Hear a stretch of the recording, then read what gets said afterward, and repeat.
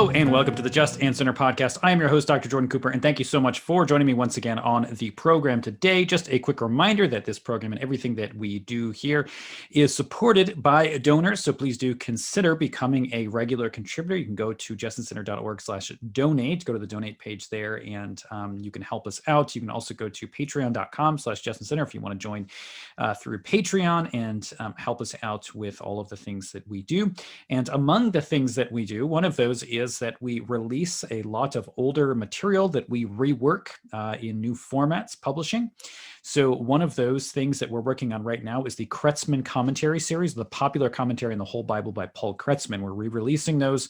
We're putting them in a nice format. We're doing about a few commentaries per volume, depending on the size of the book, of course. So we just released the latest edition, which is on the books of Joshua, Judges, and Ruth. So we currently have the Lutheran commentary series, which covers the entirety of the New Testament. After some requests to do something on the Old Testament, we've decided to republish Kretzmann's volumes. So we're going back and doing those, starting with the Old Testament, and we will have volumes in the New Testament of those as well. We also have an upcoming seminar through the Widener Institute, which is going to be announced hopefully next week, and we'll have details of that for you later this week if you follow us on social media, or if you are on our email list. If you're not, you can go to justinsinner.org and sign up there if you want to get updates on the regular things that are happening here. So on the program today, I am going to be doing something a little different than what I have done recently, and that is I'm going to be delving into a debate about a particular biblical text, and that is Romans chapter 7. And Romans 7 is a much debated text. There's a lot of debate among scholars, among pastors, among laity, just surrounding what exactly Paul is talking about, who he's describing. And so what I've done in talking about this and just getting this together for this study is I've prepared a PowerPoint. So this is the kind of thing I actually am usually doing for our Widener Institute seminars. So this will give you a taste if you haven't signed up for any of those or seen what we do there through courses or seminars. We have a bunch pre-recorded that are available for you. You can purchase those at justinsinner.org, but we have some upcoming. And usually what I do when I teach those is I have a kind of PowerPoint and go along with that. There's a lot of prep that goes into those courses. So I've done something similar for this. Initially, I wanted to do it as just a regular program, and I know a lot of you are listening and you won't be able to see the PowerPoint, but that's okay. You should be able to hear all the same information. But if you do want the visuals of the PowerPoint, you can check out the video later if you think that would help as you're going through this. I decided to do this just because it was easier for me to organize my thoughts. I kind of thought about first just going through the chapter itself and explaining different parts of the chapter, and then decided that it may be more helpful to just give you an overview of what some of the different perspectives are, and then kind of give you positives of why people argue this way, and then give you my perspective on why I think that those views are mistaken or that my view is correct. So I look forward to some of your interaction with comments and emails, because I know that this is one of those topics that there are just a lot of different views about, views amongst New Testament scholars and others as well. So with that, I'm going to share my screen here so that you can see what I am seeing here. All right, so what we're going to be talking about here, as I said, is Romans 7. We're going to be asking this question. Does Romans 7, specifically we're going to be looking at verses 13 through 25, is this a description of the Christian life, or is it a description of something else? So as we get into this, first, I'm just going to read the text. So we'll start, I'm just going to read verses 13 through 25. Of course, to get context, it's always good to go back and read the whole chapter or read the argument of the whole book, because a lot of the discussions that we're going to be getting in do depend on, the discussion of what Romans is about and what he's talking about in this chapter, what his purpose is in this chapter, and the connection between the first part of chapter 7 and the latter part of chapter 7. But I'm just going to read this section for now. Certainly go back and read it yourself to get the context. And just to give you a little context, what Paul is talking about is the function of the law.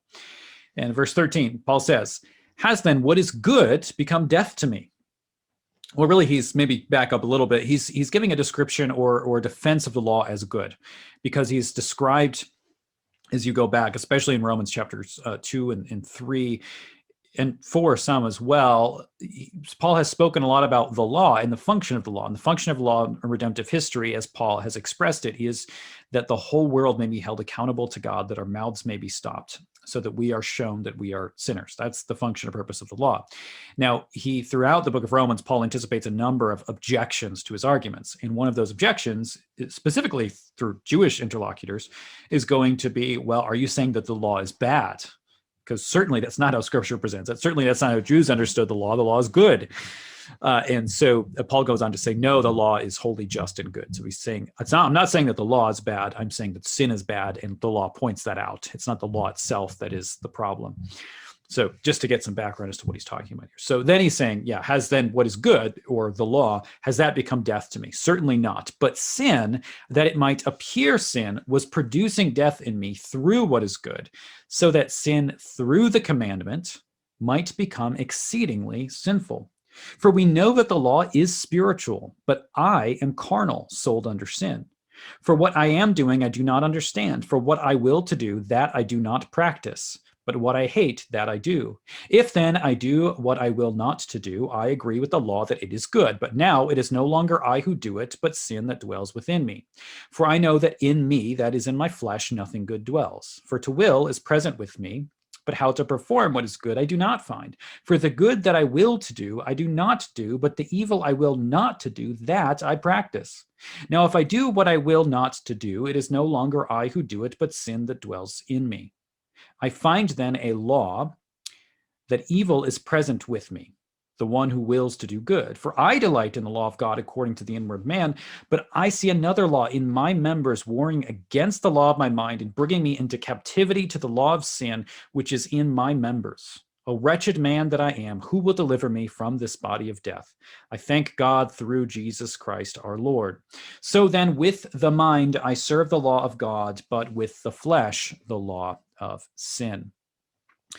Okay, so this passage is one that has often been used, especially to comfort Christians as they are struggling with sin in the Christian life, to say, look, Paul himself understood this experience. To say that you struggle with sin, you do things you don't want to do, that does not mean you are not a Christian. The Christian life is not one of absolute sinless perfection. It would be nice if that were the case, but it's simply not the case.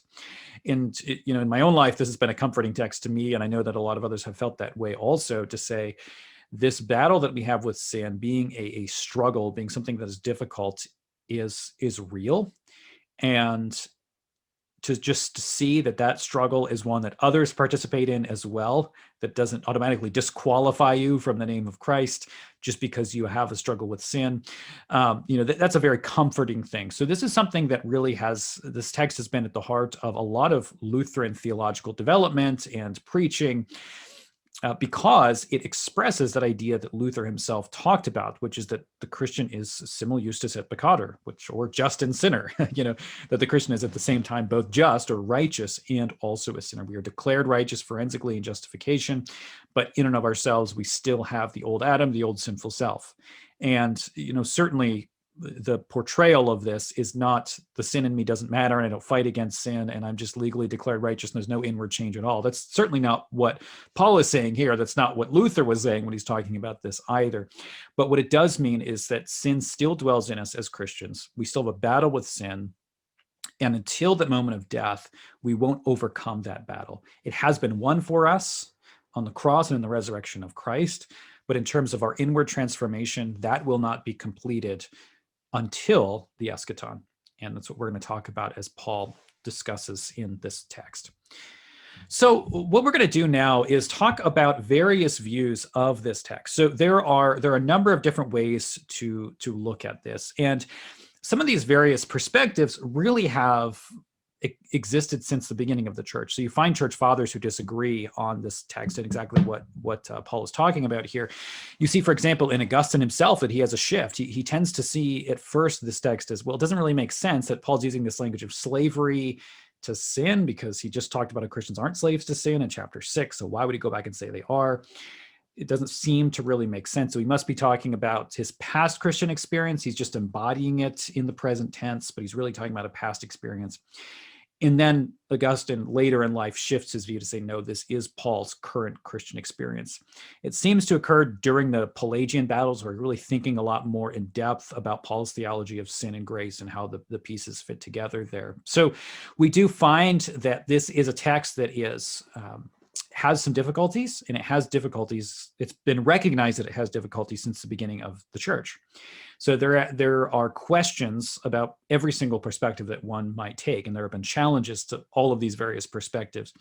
So it's a very hotly debated text. With that being said, I am convinced that this is referring to Paul's present Christian experience, and I think there are sufficient reasons in the text to demonstrate that that is indeed what Paul is doing here. But we do have to encounter some of the difficulties and challenges that have been posed as well, because they are significant and important things to discuss.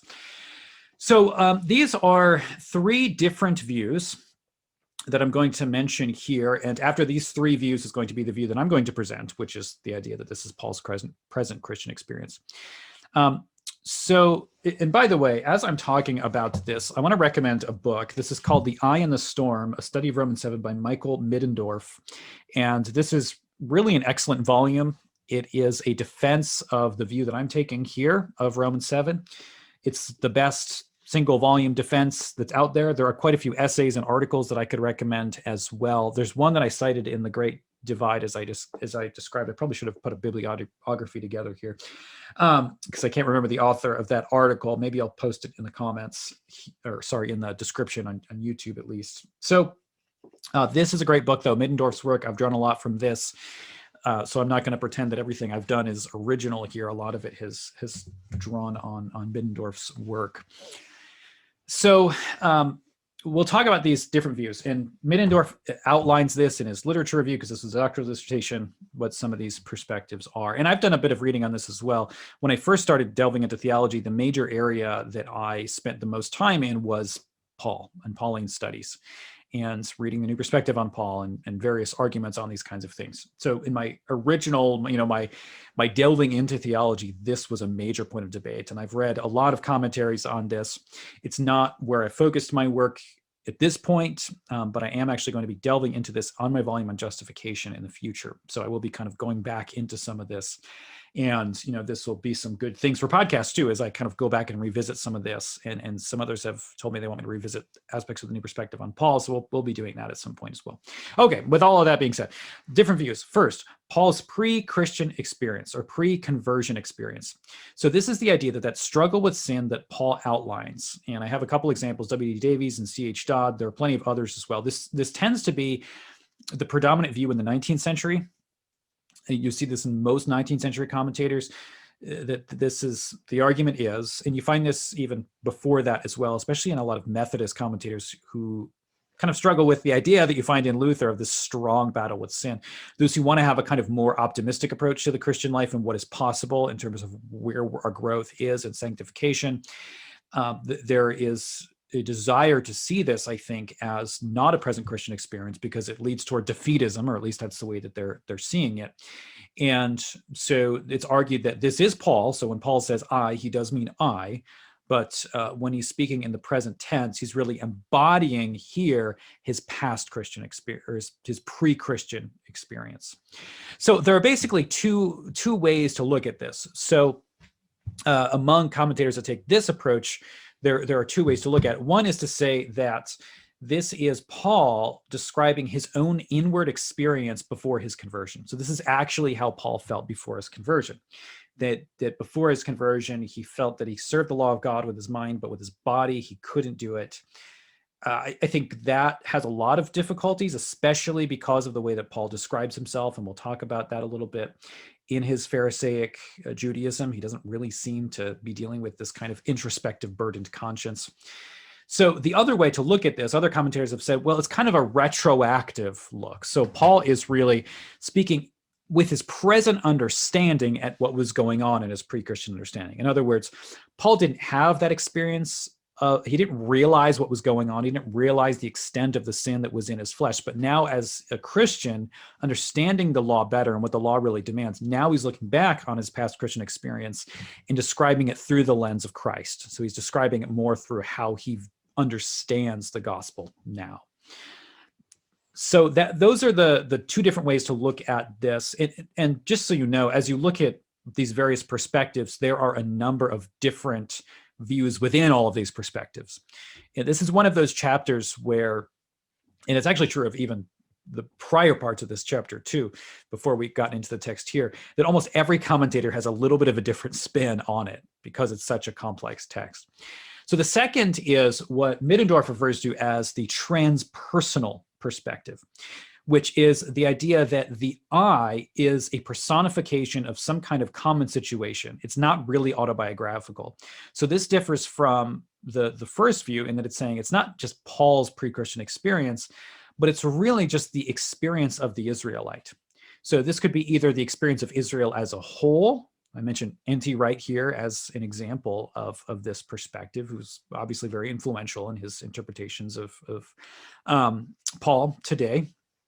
And part of the motive from this, you have to look at Christopher Stendahl and some of his work, arguing that the introspective conscience, the idea of this burdened conscience, this introspective conscience in the Western world, really is a product of Augustine and much later Luther, that really you can't read back into Paul. So I think because of some of those ideas and looking at how the Western world has developed, people would like to see Paul as someone who's not as introspective and not as individualistic. So there tends to be a desire on a lot of contemporary Pauline interpreters to read a lot of his language as not individualistic, but corporate, and not so much introspection. So because of that, I think that has led a lot of people to this kind of transpersonal view that, yeah, he's using the I, but he's using the I to embody something that is really universal. It's not just about Paul himself and his internal psychological struggle or something, but he is embodying Israel. He's speaking of, this is the experience of the average Israelite or corporate Israel even as a whole under the law. So it's really redemptive, historical, and corporate rather than personal and existential. Okay, and then point number three, or view number three, is that this is a personification of the experience of Adam, drawing back on the narrative of Romans 5. I mentioned Ben Witherington. He's not the only commentator that takes this perspective. Ben Witherington has an article that was, I think it was pretty recent that he released it, defending this view. I think it's probably the best. Witherington's defense is the best that's out there for this particular perspective on this. So this is the argument that Paul is really now embodying the experience of Adam. And what he's doing is kind of drawing back on what he's discussed in Romans 5, because we do have this clear understanding of Adam and the relationship between the law and Adam's relationship to Christ. So Witherington and others would say that Paul's kind of going back to what he was talking about then as he comes to this discussion here. Okay, then there is the perspective that I am taking, which is the classical Lutheran perspective at least, which is that Paul is describing the present Christian experience. In particular, Paul was describing his own present Christian experience, and embodying his own present Christian experience, he is giving us a paradigm for understanding the struggle that all of us have between the flesh and the spirit. So in this perspective, what's going on is that this description, Paul's description of this battle, is eschatologically oriented, which is going to be really key to this understanding, which is ultimately what this is pointing toward. The purpose of this chapter is to point toward the fact that we are in a situation of spirit and flesh. We are in a situation of the age of the old and the age of the new. And that what we are awaiting is deliverance from the body of death, as Paul cries out. And then as Romans chapter 8 expands in this universal notion of the groaning of all of creation, so that this is a part of our now not yet experience, that we are in a situation of living in bodies of death. And that means these bodies will physically die, but we also are experiencing the ramifications of the death that is spiritual death that Adam brought through his sin. So the body of death has this kind of twofold meaning. We've got the physical death, and then also the spiritual death and spiritual sickness and struggle with sin that comes along with that, as these things are very much tied together, especially as you look at Romans 5. Certainly that's in Paul's purview there. So what's going on, he's describing the Christian experience in light of the eschaton. We have this struggle. One day we won't have this struggle. So another way of phrasing this is similar to, as I said before, Luther's understanding of simile justus et peccator, we're simultaneously just and sinner, or righteous and sinful at the same time. This is not the idea that we just sin all we want and we're forensically righteous and there's no inward change. People like to grab onto that, especially Roman Catholic polemicists like to grab onto that picture of snow-covered dung, which supposedly is from Luther. I don't actually know if it is or not. I don't know the validity of that quotation. But certainly Paul, Luther, the Lutheran tradition as a whole understands that there is an inward change. There is sanctification. There is this process of growth. There is the Spirit is actively at work, putting to death the deeds of the flesh. But it's the understanding that this life is struggle, and that there are times where the flesh will get the upper hand. There are times where we fall into temptation. This is not a life of complete Christian perfection. And it's not Paul's experience, and it's not our present Christian experience either, that's the case.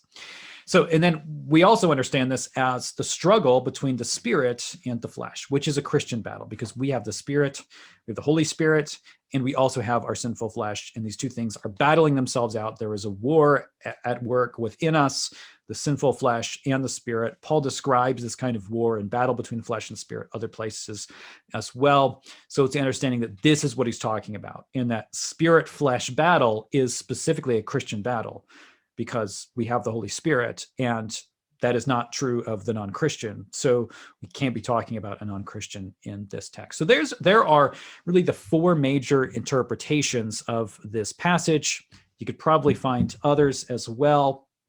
Someone just commented before I started recording this that someone took it as a hypothetical. I don't know exactly what that means or who they're talking about. Maybe someone can point me to a commentator that makes that argument, because I was not quite sure what that is. So there probably are other views out there that I'm not addressing here. So now I'm going to go through each of these views of this passage. And by the way, as I've read this, it's New King James Version, just so you know. So there, you can look at other translations as well, and certainly look at the Greek text there, which I certainly have done as I've delved into this. I just tend to quote the New King James because that's the English translation that is preferable to me. Okay, and I tend not to focus too much on just reading the Greek text. We'll go to it when it's necessary, but I do that just mostly for the sake of knowledge of most of my listeners don't know the Greek. So we will delve in that when necessary, but we'll be working primarily with the argument from the English text until we need to go into the Greek for particular parts of the argument. All right, so problems with the pre-conversion view. So now we're going to be looking at that view that this is Paul himself prior to his conversion to Christianity. So the first problem with this view is simply that Paul speaks in the present tense. Like he just says, I am. I mean, it's first person, present tense, verse 15, for what I am doing, I do not understand. For what I will to do, that I do not practice, but what I hate, I do. He's speaking, this is all present tense. And so if Paul is speaking in present tense, if we're going to make the argument that Paul is speaking in present tense, but what he really means is something in the past, and he's embodying kind of his past experience using present tense language, to make that argument, which you can make that argument, and people can, point out examples of someone doing that in ancient literature, and people certainly do that. They'll do the same thing with Adam as well. They'll point out various instances of someone kind of embodying a particular individual as a rhetorical device. Now, that certainly can happen, but if you're going to make that argument, you really need to make the argument that it's not the straightforward view. So if you want to make that argument, you need to see sufficient textual evidence that's what's going on. You can't just take something present tense and then just all of a sudden say, well, I think what he's really doing is embodying something that's not present tense, or he's not talking about himself. You can make that argument, but you have to have something textually that signifies some kind of a shift here, because what we have here in verses, between verses 13 and 14, it just shifts from past to present. There's no qualification here. There's no indication of anything other than what is just the logical grammatical shift between Paul was talking about his own past. Now he's talking about his own present circumstance. So I just don't see anything linguistically, grammatically, rhetorically that indicates what's going on in that shift is anything other than what is just the straightforward grammatical reading. So the argument would be that if you are going to take something other than what is the straightforward meaning of the text, the burden is on you to demonstrate that the straightforward meaning of the text is not what's to be read here, that it must be read in another way. And I don't see that there is sufficient evidence to warrant that conclusion there. Okay, so also, if this is a major problem for this perspective, which is largely why this kind of Paul's own pre-conversion experience view has really been, this view is not the most popular today. It has been abandoned by a lot of commentators. And this is because the description of Paul's pre-Christian experience seemed to contradict his own testimony elsewhere. And, I mentioned Philippians chapter 3, verses 5 through 6, because that's the most explicit text. There are others that people have pointed out as well. But here, Paul references his own understanding of himself in his Pharisaic mode as blameless under the law. So according to Paul himself, he viewed himself as blameless under the law. This is something that a lot of the New Perspective commentators will grab onto. Stendhal used this, and Sanders does as well, and Wright and Dunn. They'll all grab onto this to some extent, at least, that Paul doesn't really see himself as having this burdened conscience. As a Pharisee, he described himself as blameless. He described himself as if he didn't really feel like he did much wrong at all. His problem was more of a kind of self-righteousness than it was what's described in Romans 7, as if he has this kind of inward struggle, this existential struggle. It's not there in Paul. It's not there in Paul's Pharisaic experience. That's the reason why some of those commentators go on to say that it's kind of Paul more retroactively looking at what was going on in the past. But I think that just adds another complicated layer to the text that is just not warranted by the text itself. So to say, not only is Paul talking about his past experience in the present tense, which I think is, you have to demonstrate that that's going on there, which I'm not convinced that it is. But if you can demonstrate that that's going on, now you have to also demonstrate that he is talking from his past experience in the present tense, but the present tense isn't actually really his past experience. It's how he would have felt now with his own self-understanding in his past experience. It complicates it beyond where it really needs to go. So I just think that it's a really tough interpretation to hold on to. This is the reason, again, why so many commentators today that want to deny that this is Paul's present Christian experience grab onto the notion of Israel as a whole, or the average Israelite. I think you can make a much better case for that than you can for this pre-conversion perspective. So some interpreters, to defend this view, have grabbed onto this older Jewish idea, this rabbinic idea of these two impulses. There is this impulse to follow the law of God, and there is this impulse of kind of self-preservation. So there is an understanding within rabbinic Judaism that there are conflicting ideas in the head. There are conflicting desires. You find this in a lot of Greek philosophers as well. You can actually find some pretty introspective language in Greek philosophers and those talking about Greek philosophy, specifically the ethical life, which is something I would point out to try to make the point that the idea of an introspective conscience is not foreign to the first century world. I would say that certainly there's a shift in Augustine, and I don't think we can say that Luther's kind of experience was really the experience of someone of the first century necessarily, but I don't think every kind of introspection or inwardness is necessarily foreign. I think that's part of just the human experience, and we see that in some philosophical discourse. But some people will point to parallels in this rabbinic idea to say, well, Paul is really just speaking about these two impulses, and all rabbis understood that. So as a Pharisee, he would have had that concept. But this impulse towards self-preservation, as you look at this idea of the two impulses, it's not described in these harsh terms that Paul describes it. So it's not like they're understanding this as this sin that you're carrying out, but you don't desire to. So Middendorf talks about this as a kind of psychological idea within the rabbis, but it's not really related to the question of what is the function of the law and its relationship to redemptive history and its relationship to our sin. It's a very different context. And so while we may say that perhaps there's a kind of connection there because of Paul's rabbinic background, that maybe he's drawing on that some. It certainly does not, it is not an exact parallel to what Paul is doing. It's not a way that we can say, well, Paul had this understanding of these kind of two impulses, and as a pre-Christian Jew, and therefore Romans 7 is doing nothing else than expressing what he would have already understood as a rabbi. It just doesn't really work well at all. So here is, and this is really going to be, this is the clincher argument for me. This is really where it all comes down, and there are other arguments too, but this is really the key, is verses 24 and 25. The order of verses 24 and 25 don't make sense. My argument is they don't make sense with any view other than Paul's present Christian experience. Because let me read those again. "O wretched man that I am, who will deliver me from this body of death? I thank God through Jesus Christ our Lord." Stop there. If this was Paul's pre-Christian experience, it certainly seems that that's where the text would stop. But he doesn't stop.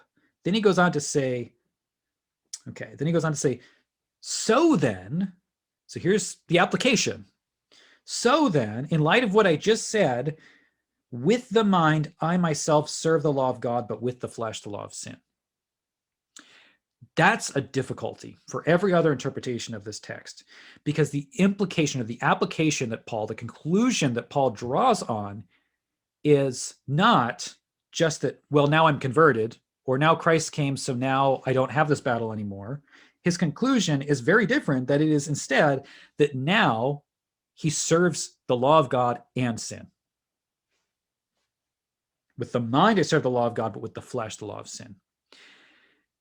So as we're going to see, we'll talk about this a little more, but that really does raise a difficulty in terms of the logical flow of Paul's argument, because had Paul meant something else, you would expect a very different end to that sentence.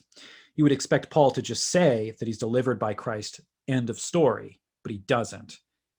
Because he's delivered by Christ, he has the struggle with sin and the Spirit and serving the law of God, but Christ has freed him from condemnation, as we see in chapter 8.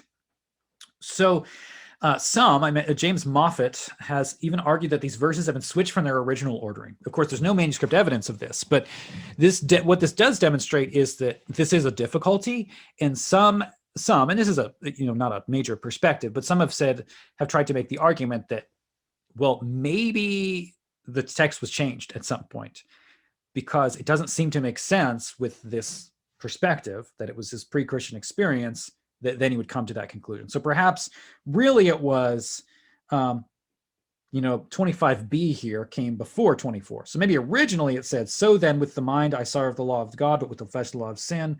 O wretched man that I am, who will deliver me from this body of death? I thank God through Jesus Christ our Lord."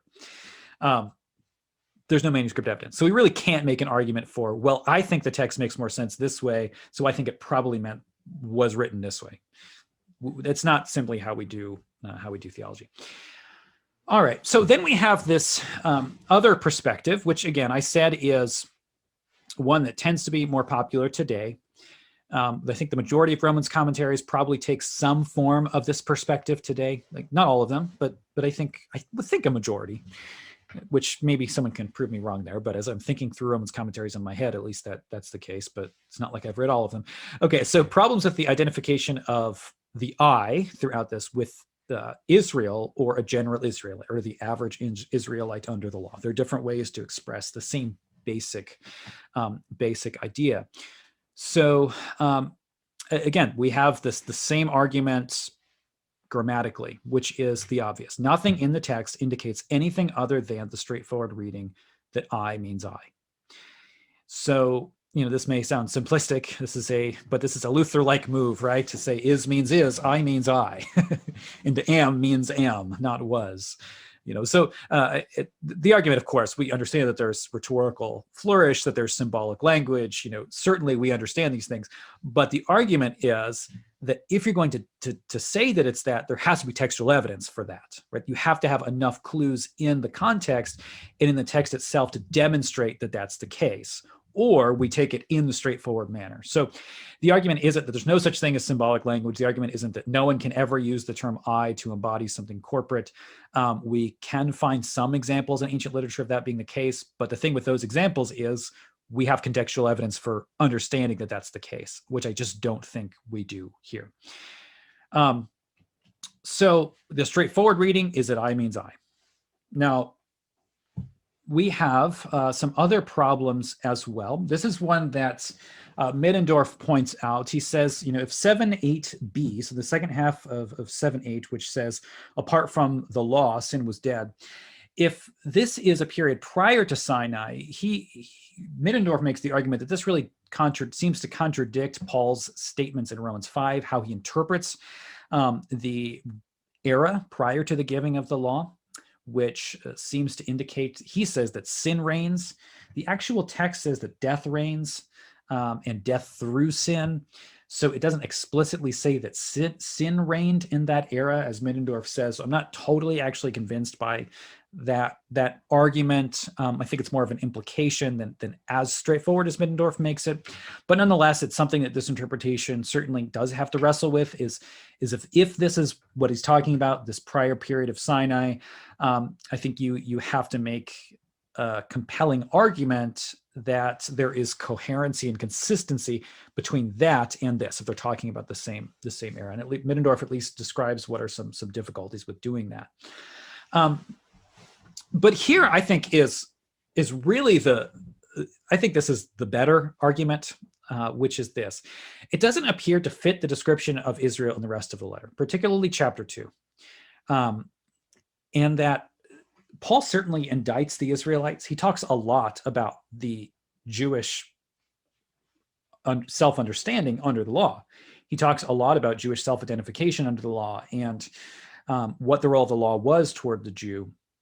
But throughout the rest of the letter, the attitude that he describes is one of judgment toward Gentiles and of hypocrisy and judging others for not obeying the law while they themselves don't obey the law.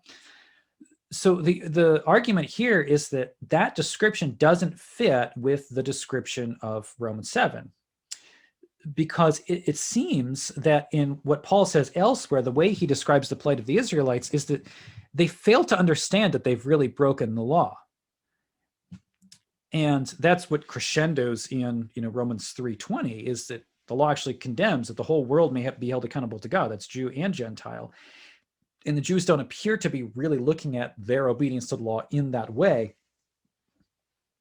So it's a bit of a contradiction. I have a difficult time seeing that Paul would, on the one hand, describe what is very clearly, undoubtedly, Israel as self-righteous in chapter 2, then to express in chapter 7 that Israel is not only not self-righteous, but actually burdened by sin and crying out for redemption from sin because of their breaking of the law.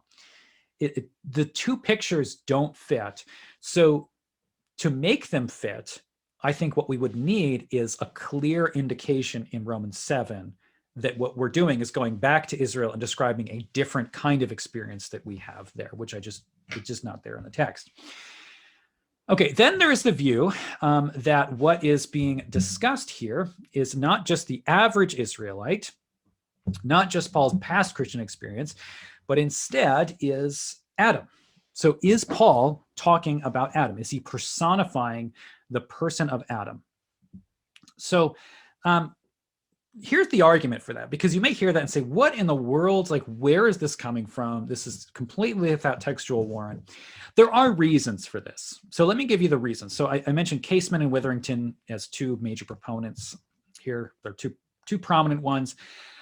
They both argue that it is only Adam. It's Adam and Adam alone. That was Caseman's phrase. But Witherington says basically the same, that fits this description here.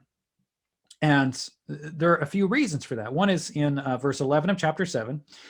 Paul says, for sin, taking occasion by the commandment, deceived me, and by it killed me. There's this language of being alive apart from the law and then being killed by the law. So the argument is, well, who had life apart from the law other than Adam? Because all of us are dead under the law. So this description doesn't make sense with anyone unless you're a full-blown Pelagian, right? And you say, well, all of us are spiritually alive when we're born, and it's only at our first act of sin that we become dead in sin, which of course is not a scriptural perspective. Just biblical anthropology doesn't fit with that. Certainly not in Paul. Look at Ephesians and the rest of Romans, especially Romans 3. So that only fits Adam. Second, the bringing of death after hearing the law, right? It brings death. The commandment was meant to bring life, but it brings death in 7:10. Well, that makes sense because Adam was given the commandment not to eat of the tree. He would have life because he would obey the commandment. But then he brought death because he disobeyed. He broke the law that he was given. So you understand why they're arguing this. And the final point is, well, Romans 5 does talk about Adam. They're not, it's part of an overall argument. Romans 5 is very clearly talking about death that comes through Adam and through his breaking of the law in some sense. And there is some parallel imagery. There are some parallel ideas in Romans 5 and in Romans 7 here. I will say this, though, before I get into some criticisms of this view, I will say that it is likely that Paul has Adam partially in view here, especially with Romans 5 and with some of the similarities of language here. I think that you can make a strong case that there are some Adam parallels that are happening here. That the experience that Adam has with the law, he's given the law, which is to bring life, and he breaks it, it brings death, becomes the experience of all of us, as the law now brings death to all of us as we hear the law and can't obey it and don't obey it. So for the fact that there is a kind of, in Paul's mind, there are some literary parallels, don't equate them as one and the same. So to say that perhaps Adam is playing a part of this in terms of the imagery that Paul uses does not mean that it is explicitly and exclusively a reference to Adam, because it doesn't appear to be that in the text. The reasons for that are this. There is no explicit reference to Adam whatsoever here in Romans 7, or to any other details of the Genesis narrative. So it's broad. He doesn't speak about the commandment of eating the fruit of the knowledge of the tree of the knowledge of good and evil. He doesn't mention the serpent or the temptation from the woman or the Garden of Eden. I mean, there are all of these things that could be mentioned here that Paul could have certainly used to make it clear that this is what he was talking about.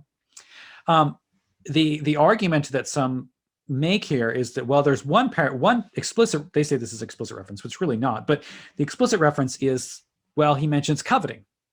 And the law says you shall not covet. And covetousness is a reference to Adam's desire for the fruit. But again, it's not clear because coveting is within the 10 Commandments. So it's certainly within Sinai. So, and yes, you can make the argument that covetousness plays a role in the Genesis narrative. It does, but it's not like that language is explicit there, or that there is this explicit connection. You don't have enough textual evidence to make this reference exclusive. And, Middendorf brings up the point that and this is pretty basic, which is, this is written to the church in Rome. When Rome heard this read aloud at their gathering, would the hearers of Rome really have understood it as that? Like, did Paul write it in such an obscure way that the original hearers wouldn't have understood that, or would they have? I just don't think that anyone would come up with this interpretation on a first clear reading. It appears that the only reason we come up with Adam as referent here is because of the debates and scholarship surrounding this question, so that some of those parallels are grabbed onto and people come to that conclusion. It just doesn't appear to be something that a reader on first glance would come up with at all. I should look more into the patristic debates about this, but from what I've seen, the patristic evidence in terms of various interpretations are either that Paul's talking about present Christian experience or his own past Christian experience. I don't see that the fathers are reading it as a reference to Adam. Now, again, I haven't visited that question in a while, so somebody can point out to me if there are any fathers that read it that way. But it at least appears to me that it's kind of an overthinking of the text that would lead to this, not a first or straightforward reading or hearing of the text. Okay, so other arguments here. If Paul's discussion specifically surrounds the Mosaic law, which Romans certainly does, he's not exclusively talking about the Mosaic law, which I think is clear because he mentions natural law. There is the whole world being held accountable to God, which means there's something more universal than just the Mosaic law. I think we can even point to Romans 5, which does certainly connect law with Adam. And I think that's a really significant point with any perspective, which Middendorf doesn't get at here. And I think that actually makes some of his arguments not convincing, because I think Paul does explicitly connect law to Adam in Romans 5. That's a large part of the parallel between the time of Adam and the time of Moses, as they both were given explicit law from God. Okay, but if Paul's discussion specifically surrounds the Mosaic law, if that's really the core of his argument as the Mosaic law, it would be pretty odd to use a pre-Mosaic account as the demonstrative example. It would be odd to do that. It just wouldn't seem like the best way to make his argument. And at least he would try to make, I would think he would try to make the parallels a little more explicit. The other part of this is the Adamic account is of an outward temptation to sin, but Romans 7 is of this intense inward struggle and temptation.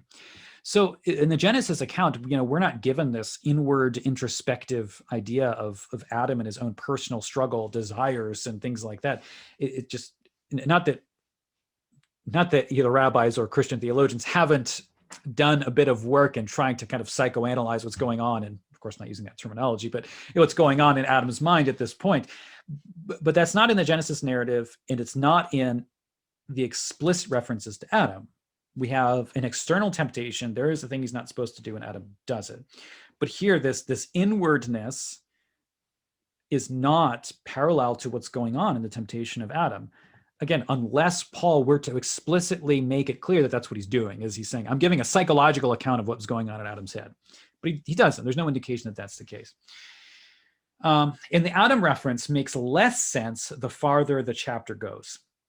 And you see this with a lot of interpreters who take this perspective is, well, the beginning of Romans 7 is about Adam, but then the end of it's not, because as you keep reading through the chapter, it makes less and less sense, especially as you get to, oh, wretched man that I am, who will deliver me from this body of death? I thank God through Jesus Christ, my Lord. Is that talking about Adam still? Because that doesn't really fit. So where's the break? If this is not talking about Adam the whole way through, where's the break? And where does Paul make that break clear? Because it seems to be one continuous line of thought. So those things certainly seem to militate against the view that this is a reference to Adam. So now I want to get into just what are some reasons to support the present Christian experience view. So we've already talked about what are, I think, some of the weaknesses of the other views. So what are the strengths of the present Christian experience view? And, well, the first of these is just, this is the straightforward linguistic reading. Paul speaks, first person, present tense. It's the straightforward reading. And I think someone in Rome hearing this for the first time would just hear it as it is and probably take it as it is. So the burden of proof is really on the opposing views. And that's going to be key here is this is true grammatically with anything in scripture. When you're, this is a good rule of hermeneutics, is if there is a straightforward reading, if you're going to prove that the straightforward reading is wrong, the burden of proof is on you to show that the straightforward reading is wrong. Right? This isn't just literalism, because that's how it's often portrayed. Luther's hermeneutic is just pure literalism. Well, that's not true. I mean, Luther is plenty willing to say that there are aspects of scripture that are symbolism, or that are metaphor, or these kinds of things. But that is all clearly to be found within the text itself. We have to have sufficient textual evidence that that's going on. And we don't have that in this particular instance. So that's the first, is the burden of proof is on the other views, and I just don't see sufficient evidence to take the other views and say those are correct. And as we've already seen, they all have their problems. And there is a problem with this view too. We'll look at, it's an important question to address, because there's a reason why people have questioned this perspective. Paul describes an experience of delight in the law of God. Romans 7:22, he says, I delight in the law of God according to the inward man. The problem with this, in a view that this is not a Christian experience, is that it's not in accord with how the unregenerate person is presented elsewhere in the same book. I mean, if you read Romans 3, 10 through 18, how are the unregenerate described? In verse 10, there is none righteous, no, not one, none who understands, none who seeks after God. They have all turned aside. They have together become unprofitable. There is none who does good, no, not one. Their throat is an open tomb. Their tongues they have practiced deceit. The poison of asps is under their lips, whose mouth is full of cursing and bitterness. Their feet are swift to shed blood. Destruction and misery are in their ways. In the way of peace they have not known. There is no fear of God before their eyes. I mean, does that kind of description of man in sin, does it sound like that same group of people Paul would reference as they delight in the law of God in the mind? They just don't have the ability to carry out what they want to do. It doesn't fit not just that passage, and that's just one example, but just Pauline anthropology in general. I mean, Paul has a lot to say about the sinful flesh. Paul has a lot to say about the unregenerate. And you have a hard time making the case that the unregenerate have delight in the law of God and desire to follow the law of God. I mean, Psalm 119 pretty much seems to demonstrate that that's the nature of the regenerate heart, right? The regenerate heart is the one which delights in the law of God. So you have a major problem if you're taking this as someone who is unregenerate. It just doesn't fit the description of those who are unregenerate elsewhere in Scripture. Now, another way of arguing this, though, just to be fair to the other perspective, is that this is the description of the Israelite under the law who is a believer. They're a believing Israelite. They're a faithful Israelite, but they still don't have the gift of the Spirit at Pentecost. So this is the experience of one who is pre-Christ under the law, but still believes. So not unregenerate. We're not talking about a rank unbeliever. We're talking about one who is without the Spirit as given at Pentecost. So that's a way to kind of get around this. But at least if you're arguing that this is someone unregenerate, say Paul before his conversion. Now, of course, you can make the argument that Paul actually was converted. It was, his conversion was not a conversion from Judaism to Christianity, but it was a change of mission from, Jew to Gentile now. And you have that whole discussion as well. But it at least doesn't make sense of the idea that this is pre-Christian experience. So if you take that view, I think it really should shift your anthropology. You have to be looking at the unbeliever in a very different way, that they do delight in the law of God. So it would certainly seem to lead to a more semi-Pelagian view of anthropology, at least. Another reason is that we do have a parallel text in Paul. And in some ways, it's been said that this is a very original chapter in Paul, which is true. I mean, we don't have anything quite like Romans 7, but it's not that there aren't any parallels. So Galatians chapter 5, verses 16 through 18, Paul says this: I say then, walk in the Spirit, and you shall not fulfill the lust of the flesh. So he's describing the present Christian experience. He's talking about how to use your Christian liberty, how to love and not use your liberty for evil, but for good. He's warning them against giving in to the flesh, which is very clear here in verse 13. Use your liberty as an opportunity. Do not use your liberty as an opportunity for the flesh, but through love serve one another. So he's speaking about how it is that you're to use your Christian liberty. How are you to make your decisions? And this is where he describes this struggle, that walk in the Spirit and you shall not fulfill the lusts of the flesh. So the point here is Christians have both the Spirit and the lusts of the flesh. I mean, that's behind the whole imperative here. Then he goes on to say this: for the flesh lusts against the Spirit, and the Spirit against the flesh, and these are contrary to one another. So we have this inward battle that's very clearly the Christian experience in Galatians 5, of the two fighting against one another, which also is just existentially we know to be true. I mean, experientially, we all know that this is the case. And then he says almost exactly what he says in Romans 7, so that you do not do the things that you wish. So that you do not do the things that you wish. So what he's saying here is there are things that you wish, what you want to do, but you do not do them. This is exactly the kind of struggle we see in Romans 7, is part of you wants to do something and part of you wants to do something else, and you don't do the things you want to do. And then he goes on, there's even a parallel then to what happens in Romans chapter 8, verse 1 in the next verse, which is, but if you are led by the Spirit, you are not under the law. So I mean, this whole section there is basically a summary of the second part of Romans 7 and the first part of Romans 8. Paul's making the same argument in kind of condensed form in that passage in Galatians. And there, I think you'd have a really hard time showing that that's an average Israelite under the law or pre-Christian experience. I mean, he's talking about how to make decisions as Christians, is that we need to do them according to the Spirit, not the flesh, but they're fighting against each other. Exactly what's going on in Romans 7. So I think that's a really, really strong argument that there is this very significant parallel between these two passages. Another point that I want to make here is that there is this really strong eschatological tension that is going on in this text.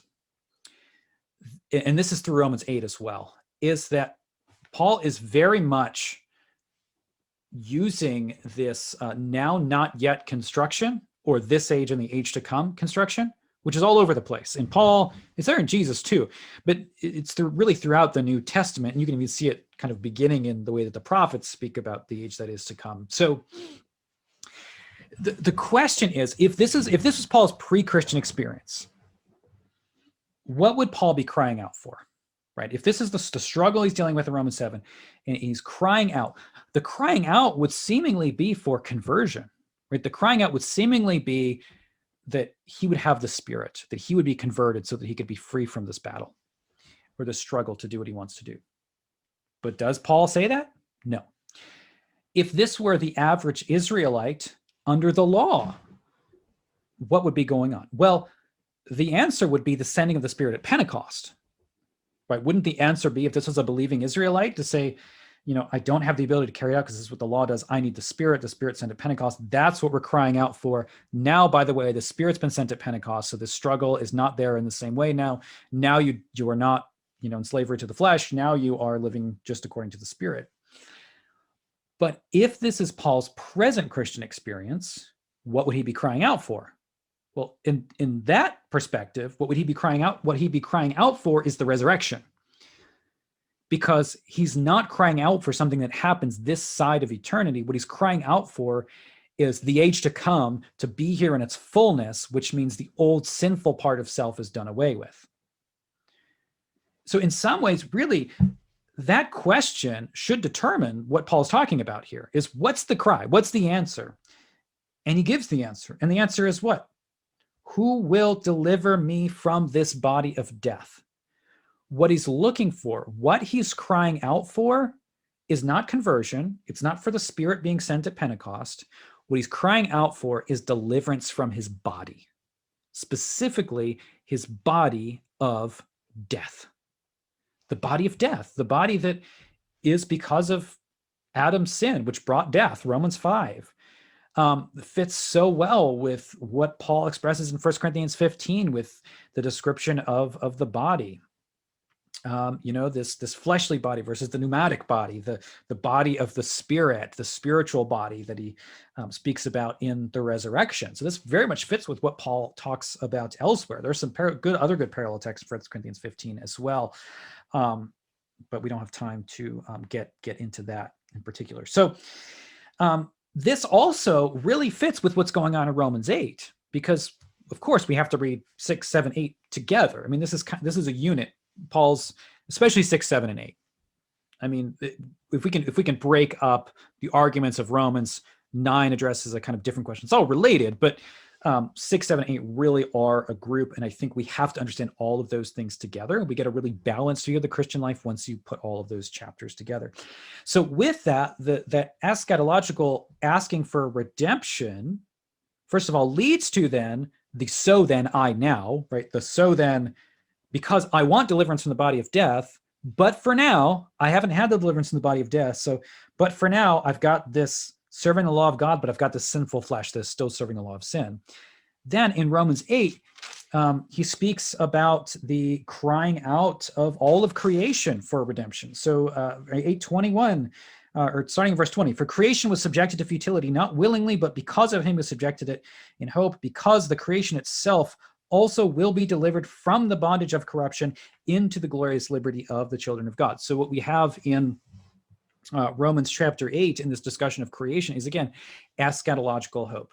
So 7 and 8 both lay out what is the situation of this world prior to the full coming of the kingdom of God with the return of Christ. And that includes the sinful flesh still being there, and it also includes the groaning of creation. It includes the suffering that is part of the present age, as Paul describes there. So all of this is part of a package, and all of that will be done away with. Now, Romans 8, as you get into chapter 1, there's no condemnation for those who are in Christ Jesus, who do not walk according to the flesh, but according to the Spirit. Then he goes on to say, but we can live according to the Spirit. That's exactly what he does in Galatians. So he says there is this battle with flesh and spirit. There is this going to be this tension. There are going to be these times where we fall into the sins of the flesh, where we desire to do something, we don't carry it out. But that doesn't mean that there is no walking according to the Spirit. And we're called to walk according to the Spirit. That is exactly what Paul does in Galatians 5, the same kind of context and the same kind of language.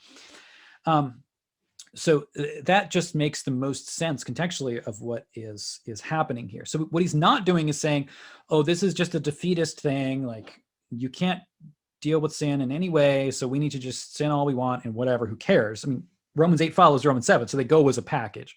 What he's trying to do is be realistic, right? Paul's trying to be realistic. He's trying to say, look, there is this battle. There are things you want to do. You're not going to be able to do them. You have the sinful flesh. We're crying out for this body of death. But in the meantime, that eschaton is beginning to work in us so we can walk according to the Spirit. No, we're not going to do it perfectly because we still have that flesh. But he's not giving into this defeatism of, oh, who cares about sin? Just give into it because you can't do anything about it. And that's often how this view is portrayed, which is just not accurate. That's not accurate at all.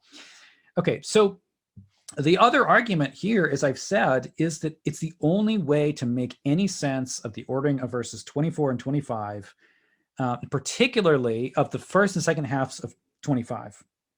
I thank God through Jesus Christ our Lord, and then the so then, the ara is the word there, which is therefore, or in view of this, right, which is, let's see, translated here as, so then, so, or therefore, however you want to translate this. But the point is, this is not a disconnected thought. This is actually the conclusion of the previous thought. So in the conclusion of the previous thought that there is a resurrection where our body of flesh will be done away with, then in light of that, there is this twofold part of the self, that we have this battle against flesh and spirit. So I think just grammatically, it's the only one that really makes sense. And I know I'm going over our time here, but that's okay. We can go a little long. Okay, so the primary obstacle, and I think we need to address this because this is going to be really the most problematic part of this interpretation of the text. And it's not totally without merit, because in verse 14 especially, Paul says this, we know that the law is spiritual, but I am carnal, sold under sin. And the difficulty with this passage is, well, the idea of being sold under sin or slave to sin or being carnal, that kind of language seems to contradict the language that Paul uses to describe the Christian elsewhere, particularly Romans 6, because Romans 6, and let's read verses 17 and 18. He says, but God be thanked that though you were slaves to sin, yet you obeyed from the heart the form of doctrine which you were delivered, and having been set free from sin, you become slaves of righteousness.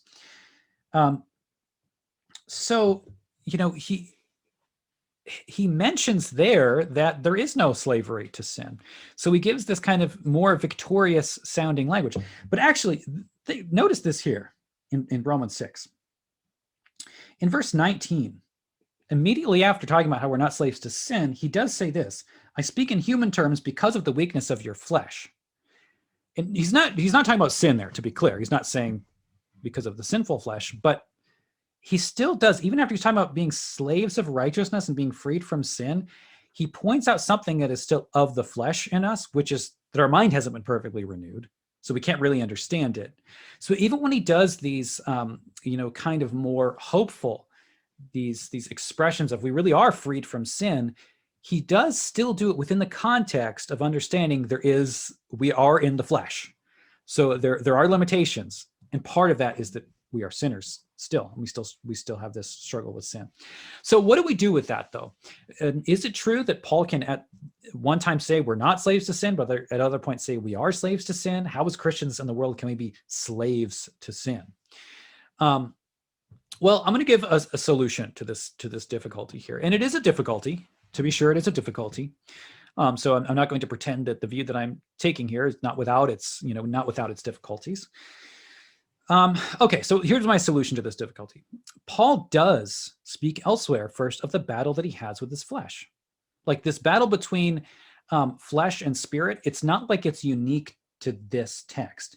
Now, this text gets into it in more detail, but we also see this 1 Corinthians 9:27. Now, you can look these up because I just don't have time to read all of the texts here as we're already over time. Then Philippians 3:12. There are these passages where Paul is very clear that he does have flesh. Now, so a lot of people seem to think that because of some of Paul's statements that he has this, robust conscience, that, he doesn't really think that he really struggles with sin. I've heard this kind of thing pointed out, but elsewhere, Paul's pretty clear that he has this battle with sin. So it's not out of accord with what Paul says elsewhere to interpret it in this way. This is also the case in 1 Timothy 1:15, where Paul does speak of himself as a sinner, and he does use present tense here. This is a debated passage as well as to exactly what he's talking about, but he does use present tense. He says, sinners of whom I am the foremost, not I was the foremost. So there is something that is, present tense about what's going on here. Okay, so we have that there.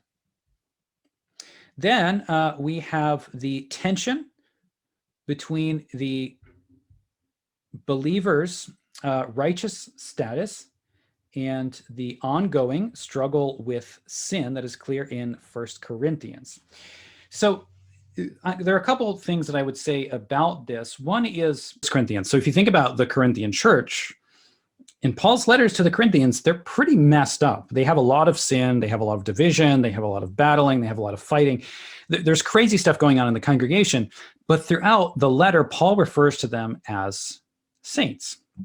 So what we do have here is an example that there can be pretty serious battles and issues with sin, even within the Christian life, without the point of cutting yourself off from Christ altogether, which Paul does talk about elsewhere, but not in 1 Corinthians. So there is a struggle with sin, and there are serious issues that will not lead to one being cut off. So think particularly about this word carnal that Paul uses here, because he speaks in the same language in Romans 7 here and in 1 Corinthians chapter 3, verse 3. He calls the Corinthians fleshly or carnal, but they're still Christians.